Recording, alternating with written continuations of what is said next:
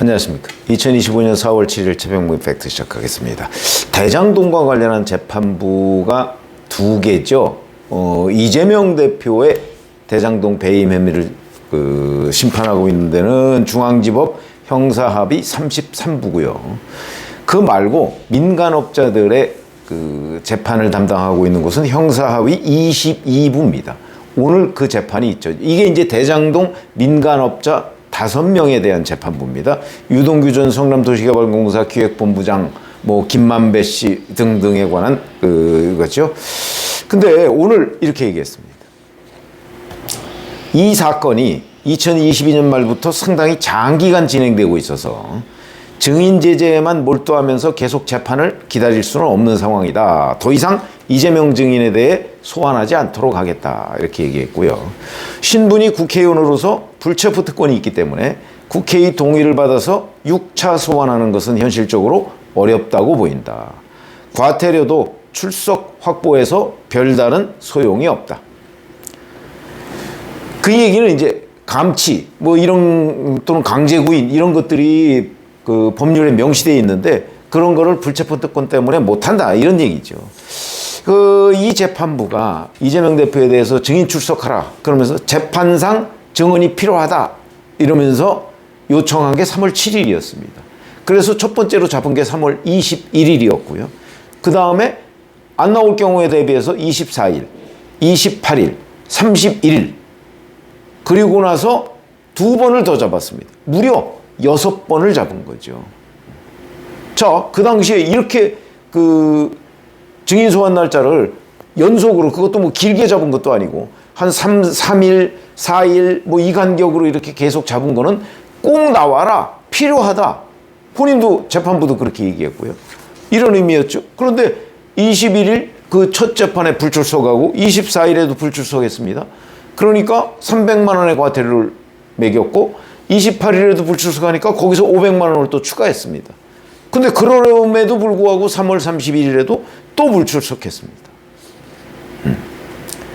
자, 그러니까 이제 3월 31일에 과태료로는 더는 소환하기 어렵다. 그러면서 4월 7일 출석 여부, 그게 오늘입니다.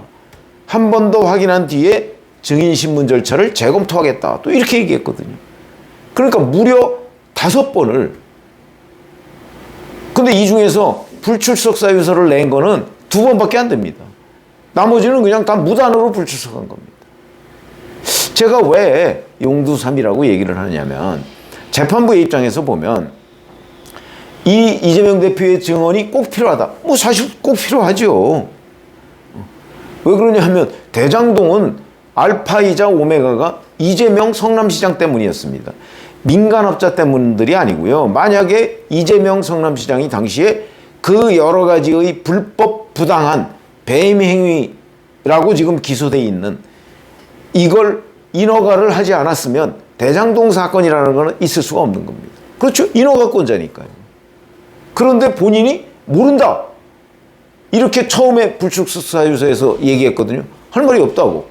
아니, 자기가 다 사인해서 대장동 사건을 해놓고 그리고 나서 단군일의 최대의 업적인 것처럼 홍보를 해놓고 나서 이제는 모른다고 얘기를 합니다.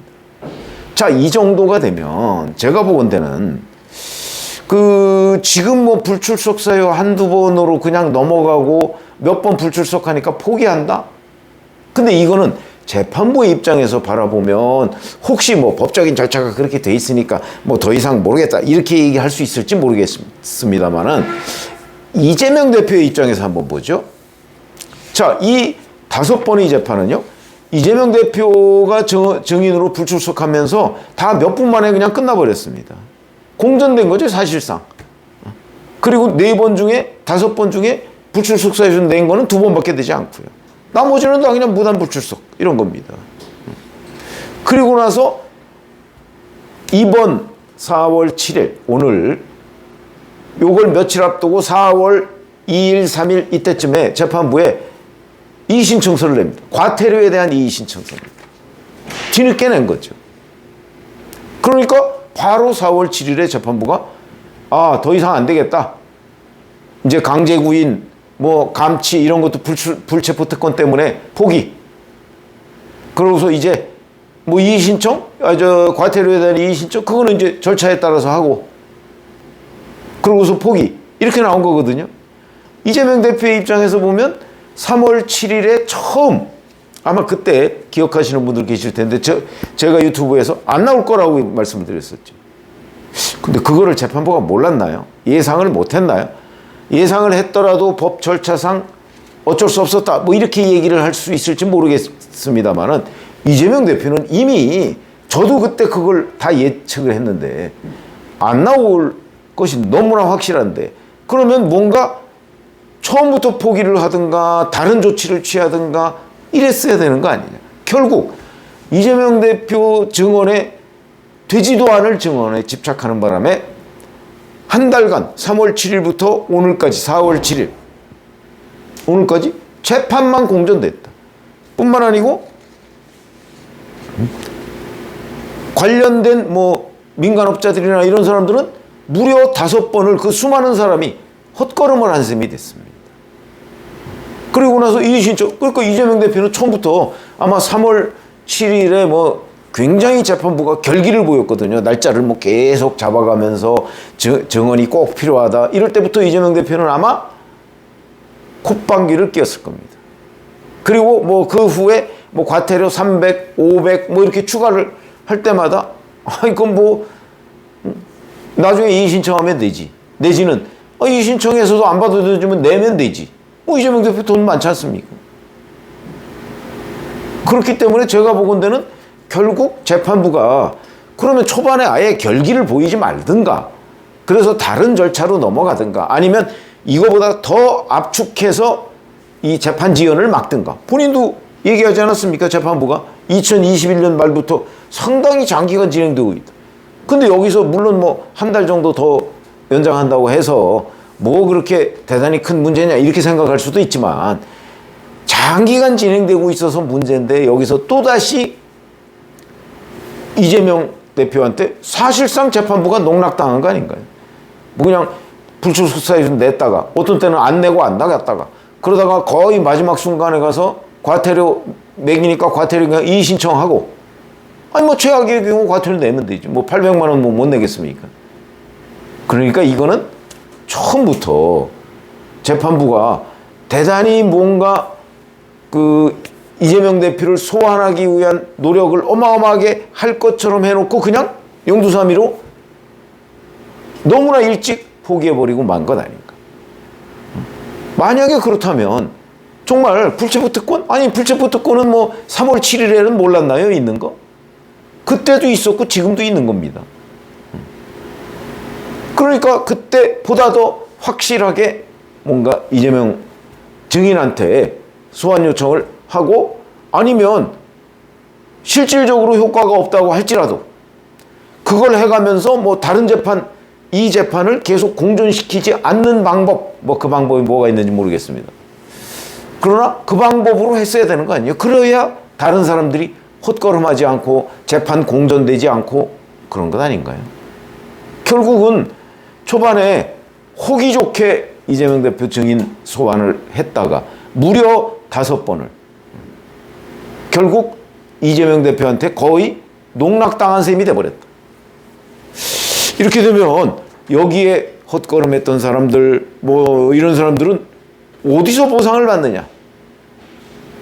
뭔가 크게 좀 잘못됐다. 이건 뭐 재판 절차, 법적인 절차가 그렇습니다라고 얘기를 할 수 있을지 모르겠으나, 적어도 재판부가 뻔히 예상되는 일, 이런 걸 가지고 재판을 공전시키는 일이 있어서는 곤란한 것 아닌가. 처음부터 뻔히 예상되는 일은 그 예상되는 일에 합당한 정도의 여러 가지 절차적인 뒷받침으로 인해서 이 재판이 공전되거나 아니면 재판이 뭐 다른 방향으로 변질되거나 이런 거를 재판부가 막을 책임이 있는 것 아닌가. 지금 대장동 이 민간업자들 재판이요, 2021년 말이면요 22, 23, 24, 25 지금 4년 차, 지금 1심도 안 끝났습니다. 이런 식으로 재판이 늘어져서는 그때, 그리고 나서 뭐 금년 말이나 뭐 이때쯤에 가서 거의 5년 가까이 1심을 끌고 있는 셈입니다. 이런 식으로 돼서 대장동에 대한 진상규명이 되겠습니다.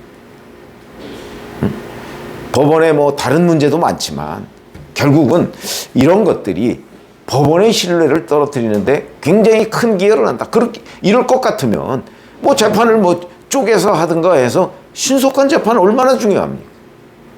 더군다나 이렇게 이재명 증인 한 사람이 뭐 그냥 무단으로 불출석했다가 뭐 그 불출석 사유에서 내고 또 안 나갔다가 뭐 이런 식으로 마치 희롱하는 듯한 재판부를 갖고 노는 듯한 이런 일들을 외부인들이 봐가면서 자 결국 재판이라는 게 무엇인가? 어떤 때 정말 이 법을 잘 아는 사람한테는 너무나 무력한 게 재판 아닌가? 이런 생각을 갖게 된다. 그거는 법조인이 아닌 사람이라면 저 같은 사람 그런 생각을 갖게 되는 거죠. 법을 잘 아는 사람들이 결국 장난치기 딱 좋게 생긴 그걸 뭐 이제 그동안에 뭐 법꾸라지 어쩌고 얘기를 했습니다만 그런 것들을 재판부가 막으려는 노력 그게 바로 재판 또는 판사들의 신뢰를 높이는 일이 아닌가. 판사들 스스로 연구를 해야 된다. 이런 말씀을 드립니다. 고맙습니다.